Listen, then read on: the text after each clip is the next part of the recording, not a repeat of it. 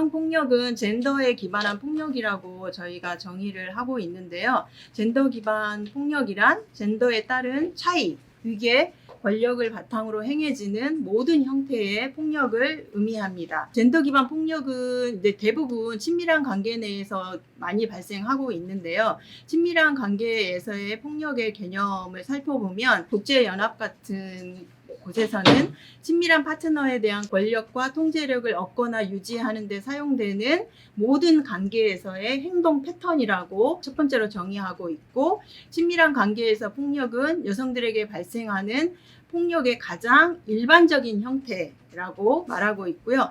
친밀한 관계 내 폭력은 일상성과 만연성이 특징인데요. 시간과 공간을 함께 공유하는 가능성이 굉장히 많기 때문에 일상적으로 만연하게 발생하고, 이 폭력이 이제 갈수록 시간이 지날수록 굉장히 강화되는 그런 특징이 있고, 처음에는 뭐 신체적인 어떤 폭력에서 살인까지 이어질 수 있는 그런 특징이 있다고 보시면 될 것 같고요. 다양한 여성 폭력들이 많이 발생하는데, 여성 폭력에 대한 발생 원인은 이제 왜곡된 성문화가 있을 수 있겠죠. 여성의 성은 뭐 수동적이고 남성의 성은 능동적이라고 대부분 그렇게 표현되어지면서 포르노 이런 문화들이 굉장히 당연시되는 그런 문화가 있고, 여성은 뭐 어때야 되고 남성은 이래야 된다는 성역할 고정관념이 우리 사회에 굉장히 팽배해 있으면서, 이게 이제 성차별적인 사회 구조와 맞물려서 여성 폭력이 발생하게 되는 원인으로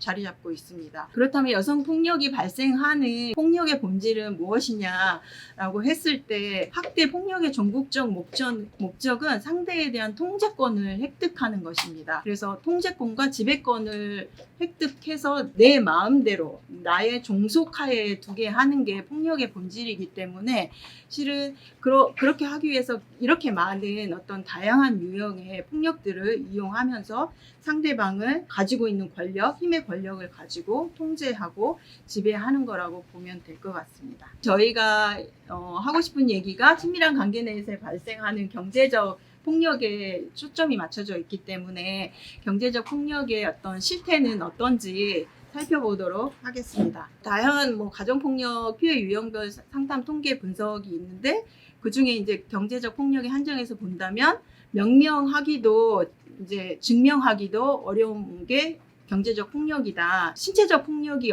없는 상태에서 정서적, 경제적 폭력만 있는 가정폭력 피해자는 33.7% 정도였는데, 도움을 요청하기도 굉장히 어려운 거죠. 이게 가정폭력인지도 잘 인식하기 어렵고, 이게 인식됐더라도 뭔가 법적으로 갔을 때 이게 법적으로 인정이 될 건가, 가정폭력으로 인정이 될 건가 하는 거는 이때 판단하기 굉장히 어렵기 때문에 실제로 도움을 요청하기 굉장히 어려운 게 정서적 폭력과 경제적 폭력이라고 보시면 될 것 같습니다. 경제적 폭력 유형을 보시면 돈 씀씀이를 비난하는 거죠. 왜 이렇게 헤프게 썼냐, 왜 이렇게 많이 썼냐, 생활비조차 생존에 필요한 생활비가 있을 거잖아요. 근데 생활비조차 쓰지 못하게 하는 경우도 있을 수 있고, 어디에 썼냐, 거기에 왜 썼냐, 이런 식으로 이제 추궁하는 경우가 있을 수 있겠고, 그다음에 일일이 허가받고 돈을 받도록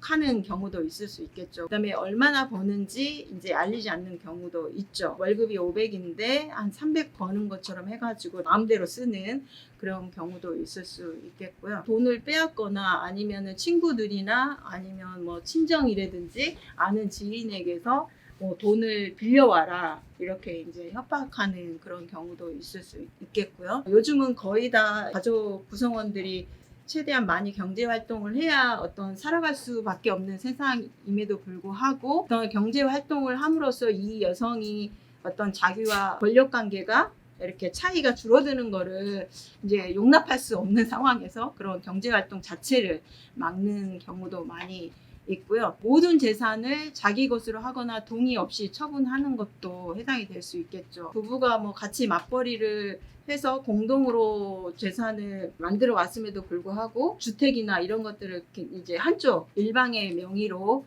하거나 상대방의 동의 없이 처분하는 것도 경제적 폭력의 유형에 포함될 수 있겠고요. 데이트 폭력은 이제 어느 정도이냐 봤을 때 지금까지 너랑 데이트하면서 내가 쓴 돈 다 내놔 하면서 정확하게 1,000원 단위까지 내놓으라고 한 가해자도 있었고요. 헤어지자고 하니까 옷값 내놓으라고 선물을 해놓고서는 그런 사례들도 있었습니다. 상담을 하거나 뭐 피해자 지원하거나 이런 현장에서 나온 경제적 폭력 사례들 가져와서 이야기를 해볼 건데, 여성이 전업주부인 경우 이혼 시 재산 분할을 50% 가능하다고 하나 가해자가 재산 빼돌려 있는 경우도 있다 얘기해 주셨어요. 이혼의 의사를 표하면 일단 재산부터 다 빼돌리고 다른 사람 명의로 돌려놓거나 처분하거나, 이혼할 당시에 분할할 재산이 없는 그런 사례들도 굉장히 많이 있고, 그러므로 인해서 더 경제적으로 어려움과 곤란함에 처하게 되는 사례들도 굉장히 많이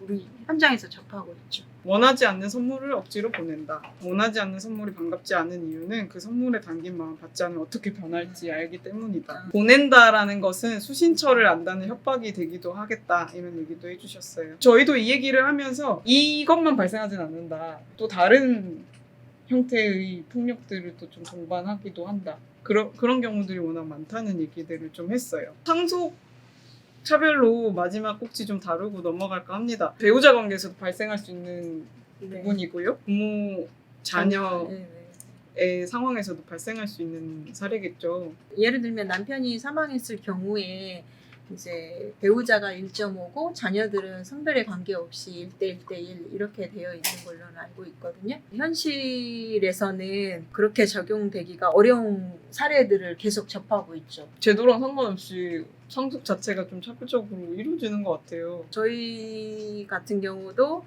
이제 여자 자매들이 많고, 이제 막내가 4대 독자, 어머니가 본인이 소유하고 있는 아파트는 아들에게 주겠다, 그렇게 말씀을 하셔서 그건 안 된다, 똑같이 이제 나누는 게 맞고, 그렇다면 나는 받고 주겠다, 이제 이렇게까지는 양보는 했는데, 가족들의 분위기가 뭐 그럴 건데 꼭 그렇게까지 해야 되나? 이런 반응이어가지고 제가 약간 머쓱했던 그런 상황들이 좀 있었는데, 가족 간의 재산 문제로 이렇게 다투고 갈등하는 게 좋아 보이지는 않기 때문에 여성분들이 내가 포기하고 말지, 이제 이런 것들이 상담 사례에서도 많이 나오기도 하고요.